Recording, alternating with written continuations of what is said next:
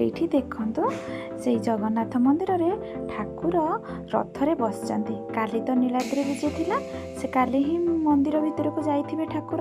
ଆମେ ଅପେକ୍ଷା କରି କରି ଏଇଠି ଦେଖନ୍ତୁ ପହଞ୍ଚିଲୁ ପ୍ରସାଦ ପାଖରେ। ଘରେ ଯେତେ ବି ବଢ଼ିଆ ଖାଇବା ବନାନ୍ତୁ କିନ୍ତୁ ପ୍ରସାଦର ଟେଷ୍ଟ କିଛି ଅଲଗା ଥାଏ। ଏଇଠି ଅରୁଆ ଭାତ, ଡାଲମା, ତା ସହିତ କ୍ଷୀରି ଆଉ ଆମ୍ବ ଖଟା ଥିଲା। ଆମେ ପ୍ରସାଦ ନେଇକି ଘରକୁ ପଳେଇ ଆସିଲୁ, ଘରେ ଆସିକି ଖାଇଥିଲୁ। ଏଇଠି ଖାଲି ଦେଖନ୍ତୁ କେତିକି ଲମ୍ବା ଲାଇନ୍ ହେଇଛି, ମାନେ ରାସ୍ତା ପର୍ଯ୍ୟନ୍ତ ଦେଖିବେ ଏଇ ଲାଇନ୍ଟି ଲମ୍ବିଛି। ଏଇ ଆଖପାଖରେ ଯେତେ ଲୋକ, କାଲି ବୋଧେ ସମସ୍ତଙ୍କର ରାତିରେ ରୋଷେଇ ବନ୍ଦ ଥିଲା, ସମସ୍ତେ ଆସିଥିଲେ ଏଇଠି। କିନ୍ତୁ ବହୁତ ବଢ଼ିଆ ଲାଗୁଥିଲା ଏଇ ମନ୍ଦିର। ଆଉ ଠାକୁର ମଧ୍ୟ କାଲି ମନ୍ଦିର ଭିତରକୁ ଯିବେ, ଆଉ ଲକ୍ଷ୍ମୀ ମା ବି ରାଜିଥିଲେ, ତାଙ୍କ ପାଇଁ ଜଗନ୍ନାଥ ରସଗୋଲା ନେଇକି ଯାଇଥିଲେ। କାଲି ଆମ ଓଡ଼ିଶାରେ ମଧ୍ୟ ରସଗୋଲା ଦିବସ ଥିଲା।